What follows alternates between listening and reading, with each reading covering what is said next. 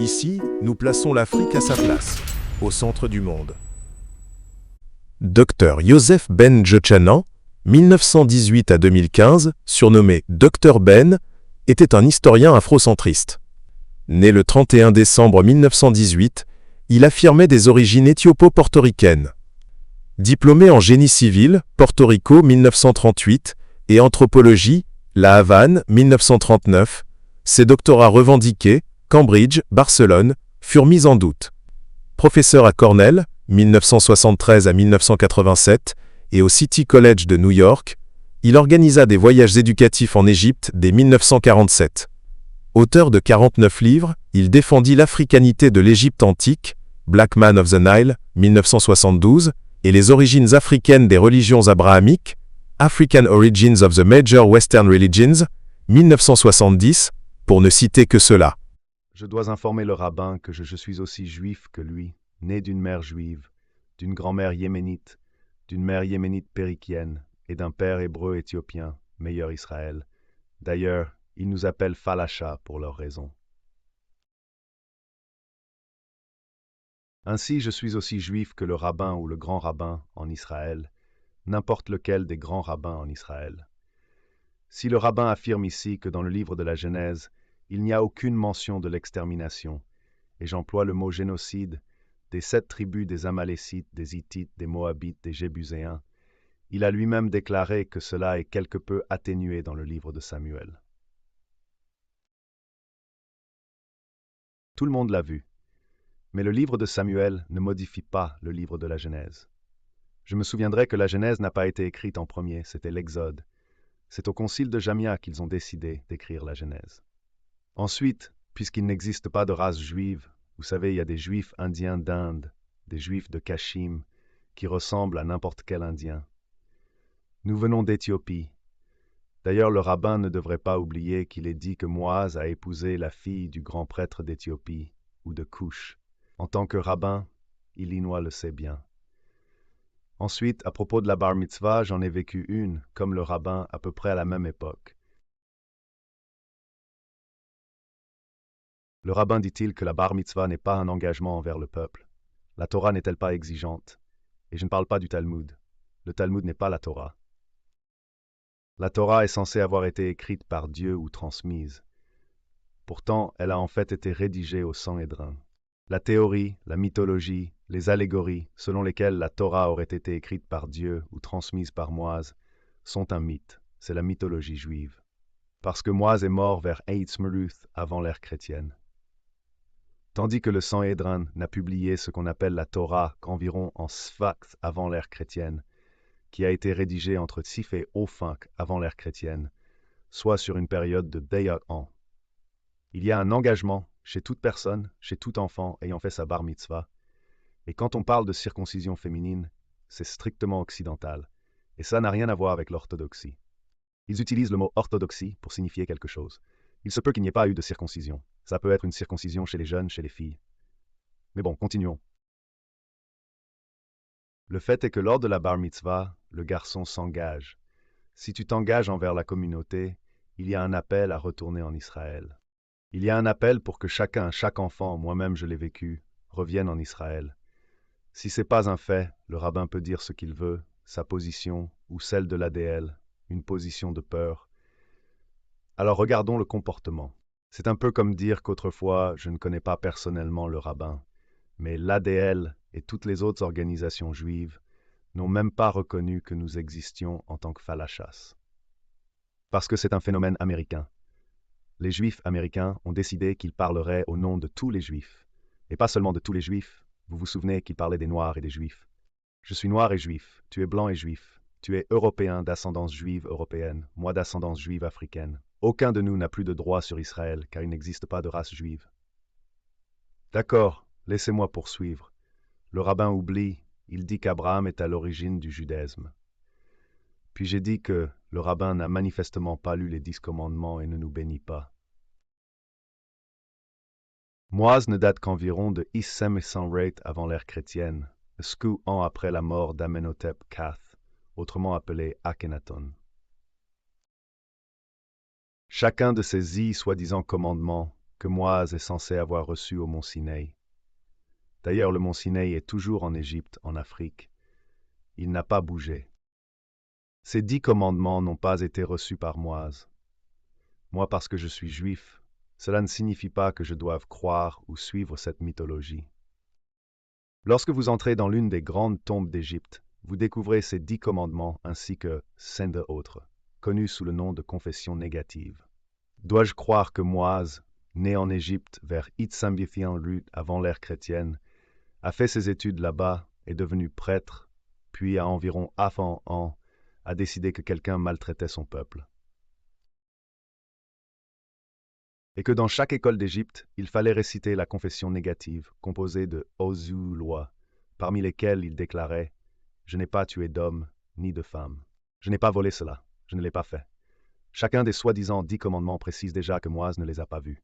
J'aimerais que le rabbin m'indique où il est démontré qu'Abraham a enseigné tout cela. J'aimerais que le rabbin m'explique où les Juifs pratiquaient la circoncision avant celle en Égypte. Ils affirmaient que la circoncision d'Abraham faisait partie de ce qui l'a rendu juif. Alors le rabbin doit m'expliquer que l'adoration du veau d'or, comme on l'appelle, n'est pas celle d'Hathor, la déesse Hathor.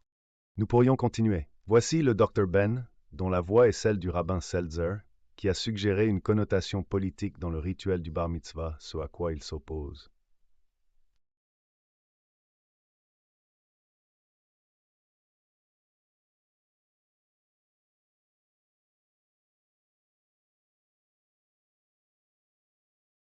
Pouvez-vous étayer votre affirmation?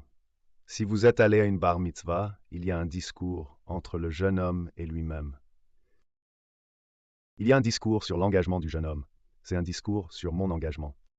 Chaque enfant, si le rabbin est ici et me dit que le rabbin ne se lève pas pour faire un discours sur la bar mitzvah, et que le jeune ne choisit pas un passage de la Torah à lire, et que le jeune ne se lève pas pour prendre un engagement envers la communauté juive, alors je ne sais pas de quelle forme de judaïsme il s'agit.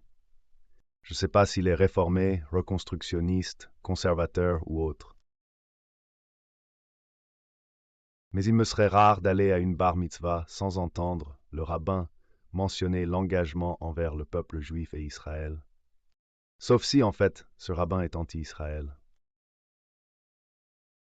Oui, je pense qu'il y a plusieurs choses à clarifier, et le niveau d'erreur dans tout cela est également assez évident. Vous venez de répéter, comme indiqué dans la transcription, l'affirmation selon laquelle le garçon de bar mitzvah choisit sa sélection pour la matinée. Mais il est bien connu, et c'est une pratique juive séculaire, qu'il existe un cycle établi pour la lecture de la Torah et de la Haftarah. Et les enfants de bar mitzvah ne sont en aucun cas en position de choisir leur portion de Torah.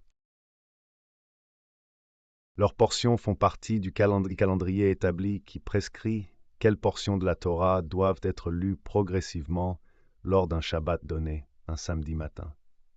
Ainsi, même à ce niveau factuel, il y a un manque troublant de précision dans la présentation. Les Juifs européens ne dirigent pas le judaïsme. Vous ne définissez pas le judaïsme. Parmi les Palacias, parmi les Juifs de Kashim, c'est nous qui choisissons. Vous voyez, le judaïsme est dirigé par vous. Vous ne fixez pas les normes. Nous sommes donc en train d'appliquer un double standard de sélection. Vous avez indiqué dans votre transcription que c'est ce qui se passe dans les synagogues américaines, en précisant que les enfants juifs font cette déclaration de loyauté envers Israël.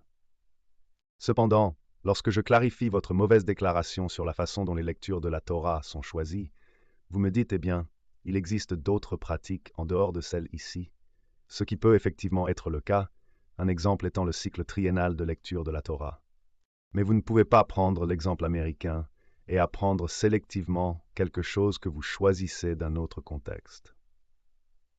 L'enfant juif ne lit pas l'intégralité du sermon de la région, de la période. Il choisit une section au sein de cette période. C'est tout ce que j'ai dit. L'enfant ne lit pas l'ensemble du livre ou tout ce qui sera dit ce Shabbat-là.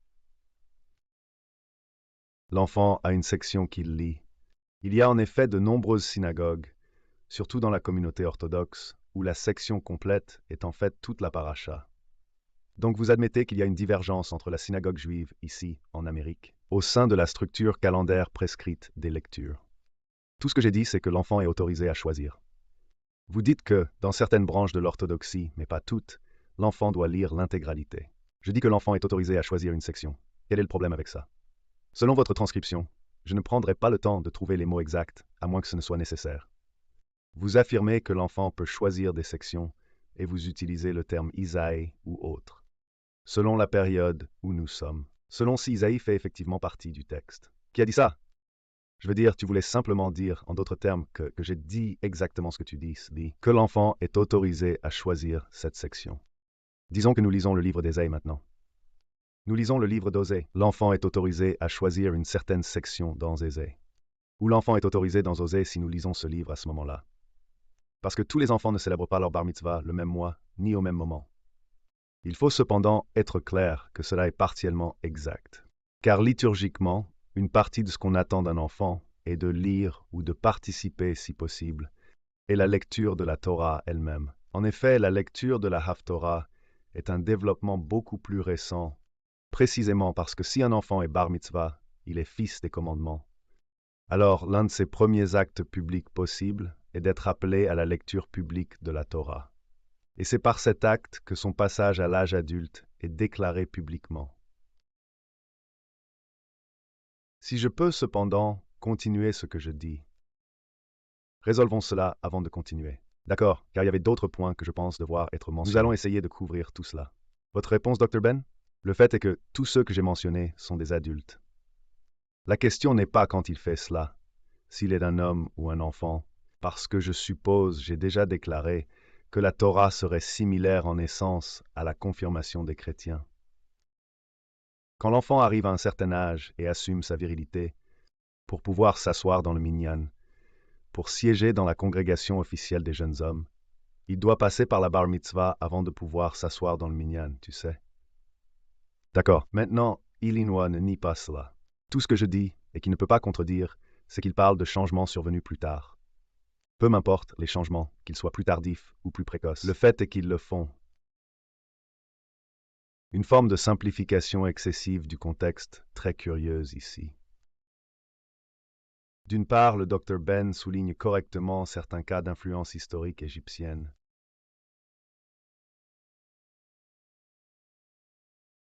Dans ce que nous appelons aujourd'hui la religion des Hébreux, puis le judaïsme. Et personne ne peut nier le rôle du contexte culturel et historique. D'un autre côté, étant donné, semble-t-il, votre besoin politique de tout envisager à travers la perspective africaine, vous ignorez complètement l'expérience du Code de Hammurabi, des sources mésopotamiennes du droit, qui semblent avoir été significativement modifiées dans le développement ultérieur de la Torah. Ce que je suggère, c'est que, d'une part, c'est une position académique étrange de soutenir que le contexte historique doit être pris en compte dans le développement du judaïsme. Ce que j'accepterai, et ensuite soutenir cependant que seul ce contexte politique, qui est utile à votre vision politique actuelle, doit être noté et est acceptable. Eh bien, en lisant la transcription, excusez-moi, en lisant la transcription ici, il y a un commentaire ici qui dit, et permettez-moi de paraphraser librement, que le judaïsme et tout le judaïsme et le peuple juif proviennent d'Égypte, donc ils sont africains. Et donc il y a une affirmation plus tard, que beaucoup de Noirs ne comprennent pas, qu'ils sont en effet juifs. Maintenant, cela pose chez nous une question très curieuse. Pourquoi le besoin constant d'injecter un quota racial dans un contexte historique diversifié? Ce que nous reconnaîtrions. Mais d'un autre côté, alors que nous sommes ici, ayant regardé l'opération Moise et le rassemblement des Juifs éthiopiens en Israël, pourquoi alors le besoin de définir par race ce qui est essentiellement authentique dans le judaïsme nous semble être une contradiction qui au moins peut éventuellement être interprétée dans le contexte politique actuel, mais certainement pas par l'histoire. Très bien. Je suis content que vous ayez soulevé ce dernier point, donc je travaille du dernier au premier, ou dans l'autre sens. N'est-ce pas étrange que juste hier, que les Juifs en Amérique ont découvert, qui sont des Juifs noirs. N'est-ce pas étrange aussi que vous ne considérez pas comme Juifs, parce que quand nous allons en Israël, vous exigez encore que nous devions ce qu'on appelle la reconversion. Qui a dit que nous nous sommes convertis en premier lieu? Qui a dit sur quel droit les Juifs européens, qui n'appartiennent pas non plus là-bas, ont le droit de nous dire et de nous faire traverser une honteuse? Je suis désolé, les Juifs européens qui n'ont pas de... Non, non, non, non, pas plus que nous, parce que les Juifs russes viennent, et beaucoup d'entre eux sont circoncis. Beaucoup d'entre eux ne font jamais de bar mitzvah, et nous devons, personne ne leur demande de se reconvertir. Nous devons y aller, et une farce appelée recirconcision. Et ils sont, tu sais... Je voulais utiliser le mot hébreu, mais pour l'instant, et nous sommes censés passer par tout ça. Ensuite, Rabban, comment se fait-il que mon oncle, Tamat Emmanuel, soit venu ici en 1935 pour collecter des fonds, lorsque l'Italie a envahi l'Éthiopie? Nous étions 5 millions. Quand nous sommes partis, nous étions 50 000. La communauté juive en Amérique a refusé nier que nous existions. Jusqu'à présent en Israël, vous avez au moins 2 grands rabbins, le grand rabbin séfarade et le grand rabbin ashkénaze, le grand rabbin européen, qui ont refusé de reconnaître que nous sommes vraiment juifs. Seul le grand rabbin séfarade a commencé avec Ubadia lui-même, quand il était le grand rabbin. Maintenant, partons et revenons, au point que cela devienne une farce, à propos d'Israël qui nous dit de venir là-bas, pour quelque raison que ce soit. À ce sujet, Israël jusqu'à aujourd'hui, depuis 1947, ont dans la Knesset une pétition pour l'acceptation des Juifs d'Éthiopie, le droit de retour. À ce jour, elle n'a pas été approuvée. Elle est toujours mise en discussion, chaque année. Maintenant, Breck, tu essaies de montrer la générosité des Juifs américains blancs quand elle n'existe pas. Tu aimes ce que nous faisons? Tu veux avoir plus de contenu qui place l'Afrique au centre du monde? Tu veux nous soutenir? Alors abonne-toi, clique sur la clochette de notification et partage nos vidéos pour qu'Africentrique touche plus de monde. Merci. Continuons. Elle n'existe pas du tout. Parce que si tu dis que tu nous ramènes, alors nous devrions, en tant que Juifs, et non comme quelque chose que tu vas nous faire là-bas, qui te donne l'autorité, qui est juif et qui n'est pas juif. Tu parles de mon pour l'aristocratie politique. Mais mon sens politique. Eh bien, c'était évident que personne ne remette en question les Juifs européens. Je crois que les Juifs européens n'ont pas une politique blanche ici. Quand des Noirs emménagent dans un quartier juif blanc, le Juif blanc ne déménage-t-il pas comme le chrétien blanc? Je veux dire, le Juif blanc ne a-t-il pas l'exode blanc vers la banlieue? Maintenant, donc, en tant que Juif, tu dis que je devrais me comporter en tant que Juif. C'est tout. Aux États-Unis, ce qui signifie Juif blanc, aux États-Unis. Et face aux Noirs, et quand je viens ici, mon acceptation dans le judaïsme n'est pas la même que quand vous venez. Quand vous venez, si vous êtes venu en tant que Juif et les Juifs blancs, et vous interagissez avec des Blancs. Maintenant, je suis un Juif noir, isolé du judaïsme. En raison de cela, à cause de ma noirceur. Quand j'entre dans une synagogue, la plupart des synagogues où je vais, la première chose qu'ils demandent, dis-moi, et je demande, quand vous devenez Juif, est-ce que vos parents se sont convertis? Quant, vous ne demandez pas à une personne d'entrer dans la synagogue et dire cela. Retournez à propos de l'apprentissage des Juifs, le code d'Hammurabi. Quand vous parlez de le code d'Hammurabi, vous parlez de 2000 JC, il y a peu, historiquement parlant. Le négatif, le concept d'un seul Dieu, ne vient pas de Moïse ni Hammurabi. Akinema perke, un seul Dieu, avant Moïse, est né. Aaron, à propos du fait d'être africain. Si vous êtes né en Amérique, vous êtes un Juif américain, ne direz-vous pas maintenant, où est né Aaron? Où est né Moïse? Et Sarah, la sœur d'Aaron, et tout cela, Myriam. Où tout cela était censé se passer. Avant, les Juifs, en contact, à nouveau, en groupe, Pamoise, et son petit famille, Dab, et en excluant Joseph. À partir de ce moment, selon la Torah, pendant environ 400 ans, tout ce que les Juifs étaient nés était en Égypte. Tout. Parce que depuis l'époque de Joseph, Exode, la Genèse se termine, et Moïse est mort. Et il vint temps où Joseph est mort. À cause de ce mal, le pharaon qui est venu ne connaissait pas Joseph. À partir de ce moment, nous entendrons au sujet du sort du peuple juif, et ainsi de suite. Mais avant cela, à partir du moment Potiphar, jusqu'à Norb, Exode. N'est-ce pas? Tout ce que le juif avait appris se trouvait là. Il n'y avait pas de code Hammurabi. Et j'ai dit, la base est fondamentale. Le judaïsme, un dieu et tout ça, vient d'Afrique. L'Égypte est toujours là, pas au Moyen-Orient. Le temps, il est temps de faire une autre pause. Nous continuerons notre discussion, notre modeste discussion, juste après cela. Continuez. Veux-tu, s'il te plaît? Un certain nombre de points. Encore, nous abordons cette sélectivité historique et au risque de dans l'impression que pousse la Mésopotamie aujourd'hui. La réalité, bien sûr, que les œuvres archéologiques et littéraires preuves de des régions telles que Comebla et d'autres illustrent clairement qu'un proto-monothéisme existait dans la région mésopotamienne des siècles et des siècles, avant les Hébreux. Certains érudits ont même tenté, les Thoth, l'un des noms mésopotamiens de ce dieu, comme Eloah, et de cette manière, essayer d'en tirer des leçons. Le terme hébreu Elohim, et j'identifie simplement cela à un point de vue académique. Encore une fois, je ne voudrais pas nier même un instant que l'Égypte faisait partie du mélange culturel et donc de l'Afrique, comme vous voudriez. Faire l'argument politique, mais de manière sélective.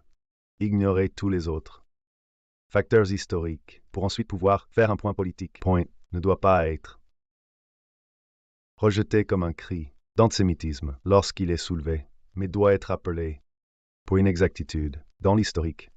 Et on a un droit absolu de faire cela lorsque cette inexactitude alors l'alimente aux contemporains politiques. Mais si je pouvais répondre à question éthiopienne. Non, attends, nous pouvons vous répondre. Sur ce point d'abord, vous proposez à la question éthiopienne. Parce que c'est un gros problème aussi. Vous essayez de lancer, au-dessus de ça, l'antisémitisme, s'introduire juste là. Même quand un juif n'est pas d'accord avec un juif, ça devient... Au fait, j'espère que vous seriez d'accord que l'idée courante aux États-Unis, parmi les juifs, est que si ta mère est juive, alors tu es juif. Es-tu d'accord avec cela?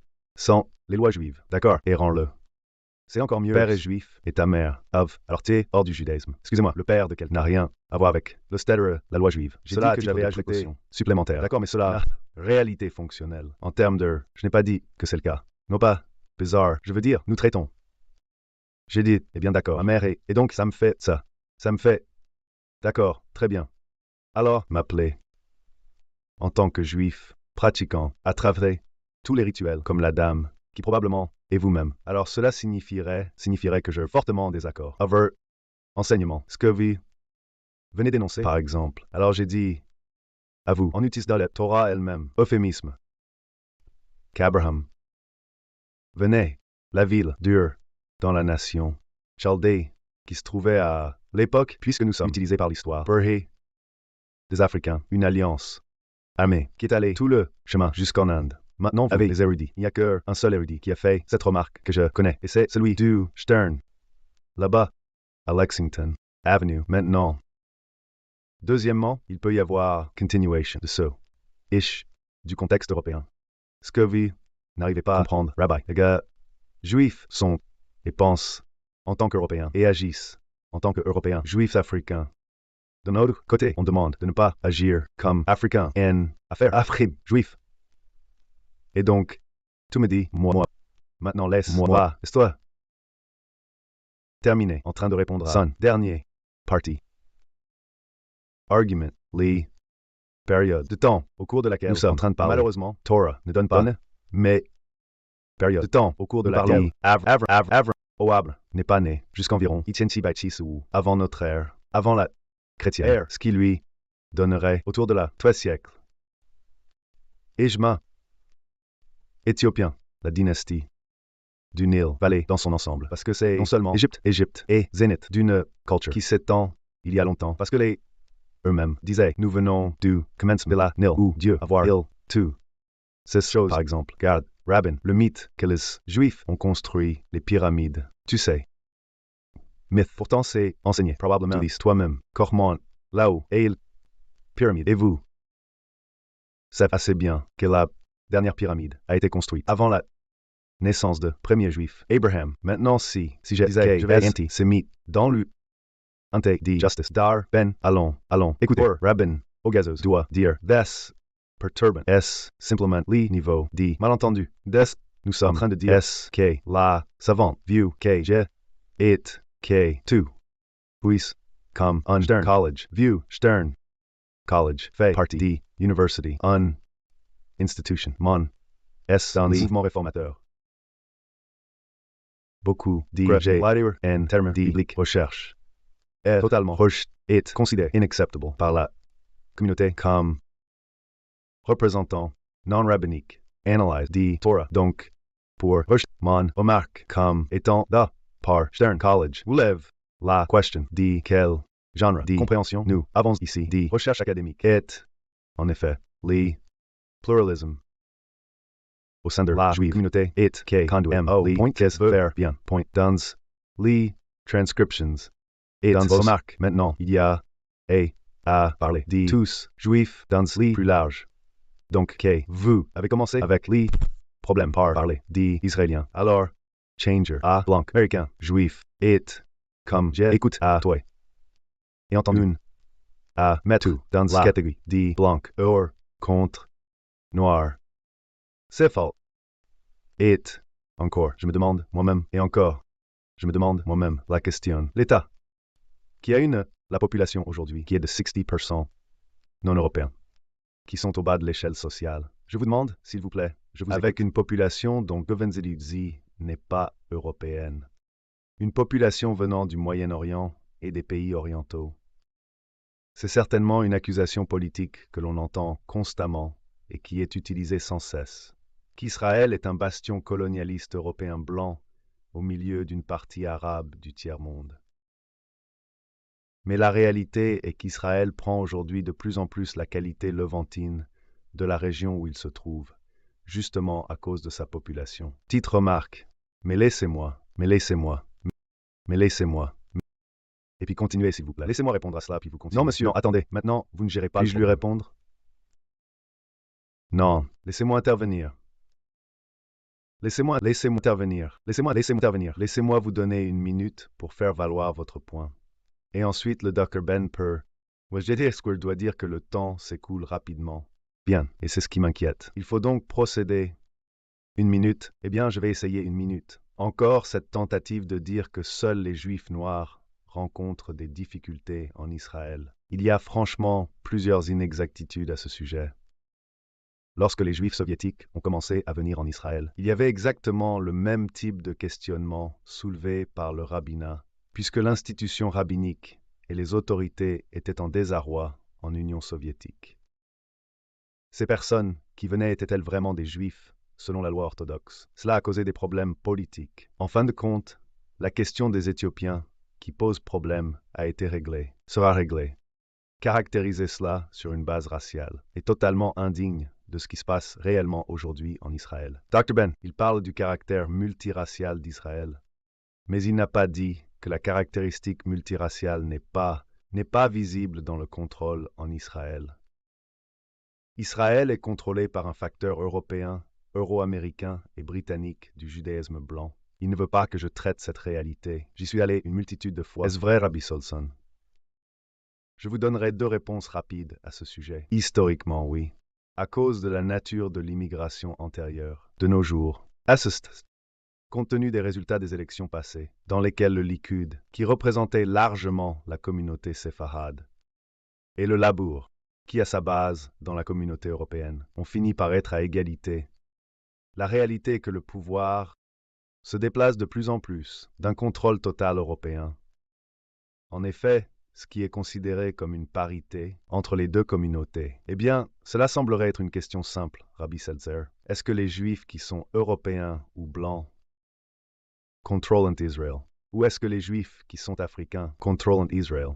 Non, c'est pas si simple, car nous traitons de... Non, pas du tout. Parce que nous traitons de la question du processus. Et de la question du processus indique simplement que la migration initiale, population, à partir de laquelle l'État d'Israël a été établi, était européenne. Les structures gouvernementales ont été créées par ces personnes immédiatement après la création de l'État.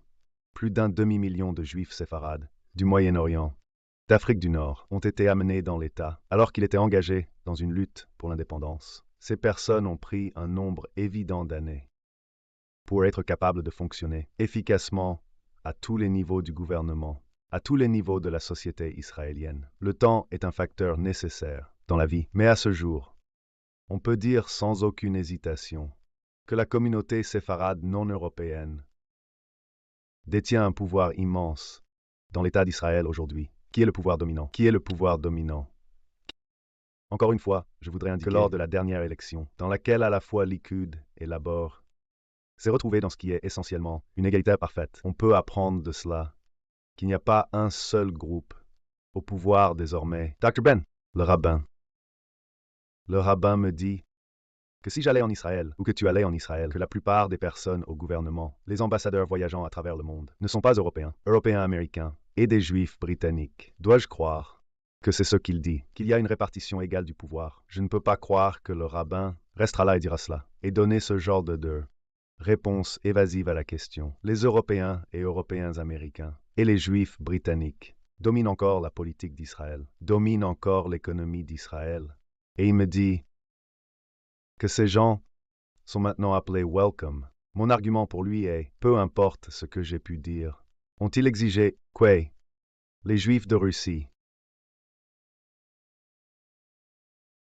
passent par une nouvelle halakha? Le font-ils? La reconversion? Exigeant-ils une rapide? Non, un vif. Une circoncision. Telles étaient les exigences. Telles étaient précisément les exigences. A-t-il été mené à bien? Et tout comme, et le parallèle est très important, tout comme politiquement, l'intention des orthodoxes. Laissez-moi finir, s'il vous plaît. Tout aussi politiquement, l'intention des orthodoxes, l'establishment rabbinique, ne pouvait pas être considérée acceptable, et ces demandes ont finalement été abandonnées avec les Juifs soviétiques. On trouve donc que comme la communauté éthiopienne, la communauté juive grandit, le rabbinat lui-même a été forcé de reculer. Et je pense que c'est une déclaration très claire que la plupart des Israéliens, je dois vous interrompre tous les deux, nous n'avons plus de temps pour ce segment. C'est pas vrai, parce que jusqu'à présent, attends une minute, je dois couper pour une pause publicitaire.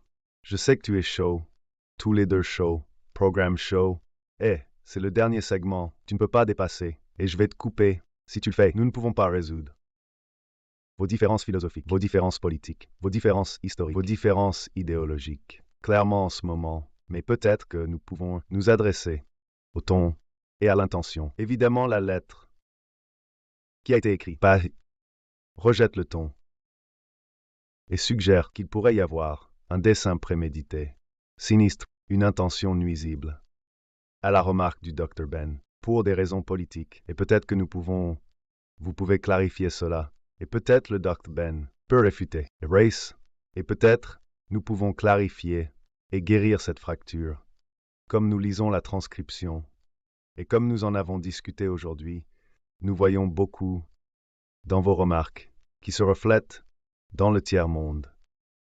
Les déclarations politiques aux Nations Unies et dans d'autres forums, le fait que vous soyez effectivement juif ne change en rien. Les gains de ces remarques et le contexte politique dans lequel nous les voyons de notre point de vue. En tant qu'Éthiopien, mourait de faim et meurt encore de faim. Israël était le seul pays qui offrait le type d'aide apportée physiquement des Éthiopiens noirs. Et en effet, c'est le seul exemple d'une nation de Caucase d'utiliser le terme qui apparaît fréquemment ici, d'introduire des Blancs, amener des Noirs en tant que citoyens, commencer, changer la donne. Nous commençons à entendre le même genre de tiers-monde, politique radicale, une sorte de rhétorique qui est dirigée vers les Nations Unies, contre Israël et les Nations Unies, que nous entendons dans tant d'autres forums. Voici à quoi nous répondons. Cette volonté d'identifier les Juifs et le judaïsme avec le colonialisme, les Blancs, répression, et ayant lu certains de vos autres documents. En plus de cela, je dois dire que c'est un thème qui me frappe comme omniprésent et quelque chose que nous trouvons inacceptable dans un forum public. D'accord? Numéro 1.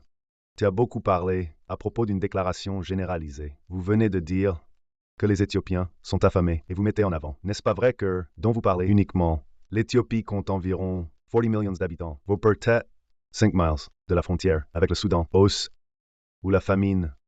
La situation s'est développée. N'est-ce pas aussi un fait que les Palestiniens, les Éthiopiens, Israël était meilleur, notre peuple n'était pas particulièrement à cet endroit. N'est-ce pas un fait que les États-Unis, disant les Nations Unies, vous appelez, ont trouvé que beaucoup de nos communautés ont été perquisitionnées pour faire sortir les gens. Et tu parles, la seule nation à aider. N'est-ce pas vrai qu'il y a presque toutes les nations dans le monde, en Éthiopie, apportent de l'aide aux personnes qui ont faim dans le nord des frontières de l'Éthiopie? Suggérez-vous que cela aurait été mieux pour Israël? En aucun cas.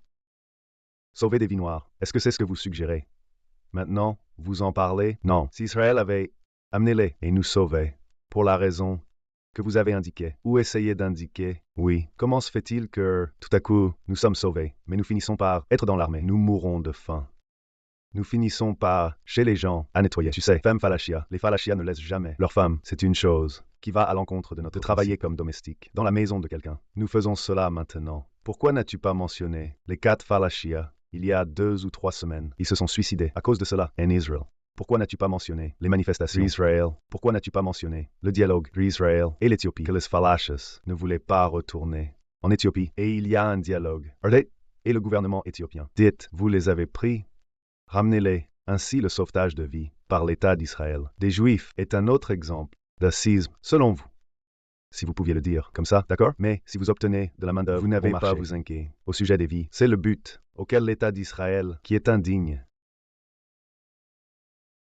d'une déclaration publique, c'est d'accord. Mais quand nous mourions par l'extermination menée par Mussolini, c'est typique du comportement de l'Américain européen. Tu ne me veux pas.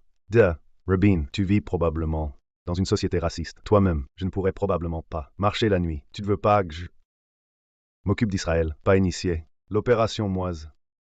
Je soupçonne que tu aurais été parmi les premiers qui auraient dit, tu vois à quel point c'est raciste. L'État d'Israël est de ne pas répondre à la situation des Juifs, même s'ils sont noirs. C'est la plus grande erreur. Rabin, to this, que même s'ils sont noirs, c'est une réponse raciste. C'est scandaleux. Je t'écoute. C'est absolument scandaleux. Tu ne penses pas. Tu es scandaleux. Maintenant, mon point est le suivant. Qu'une nation... Cela dit, nous n'existons pas. Tu sais, avec le repentir, les milliers sur des milliers quittant Israël, constamment, vous devez renouveler cette communauté. Vous avez une situation arabe et ne gérez pas avec moi à propos du tiers-monde. Parce que je ne suis pas du tiers-monde. Je suis membre du premier monde. Tu sais, c'était bien avant. Adev, et on le trouve en Afrique. Lucie a été découverte en Éthiopie, et cela fait 110 millions d'années. Tu vois, tu veux que je suive. C'est un dialogue qui te convient en tant que juif européen, mais qui ne me convient pas en tant que juif africain. Et tu supposes que mon identité juive africaine devrait supplanter mon africaniste. Pas question, Rabbi, parce que tu veux profiter des deux côtés. Tu veux Européen bénéficiant d'être un Européen, bénéficiant d'être juif, et que je suis resté là, et que je l'ai écouté, et ensuite le qualifier d'antisémitisme. Je pourrais avoir des difficultés, mais le dossier montrera que je suis assis ici, en tant que juif américain. C'est exact. Ce sera ma définition. Comment vous choisissez de me définir dans n'importe quelle catégorie ou en termes politiques? Vous ressentez le besoin. C'est votre affaire, mais je le rejette totalement. C'est fini. Je dois te laisser. Je vous remercie tous les deux. Merci pour avoir exprimé votre opinion ainsi, jusqu'à ce que les lions et leurs propres historiens, les récits de la chasse, glorifieront toujours le chasseur. Quoi qu'il en soit,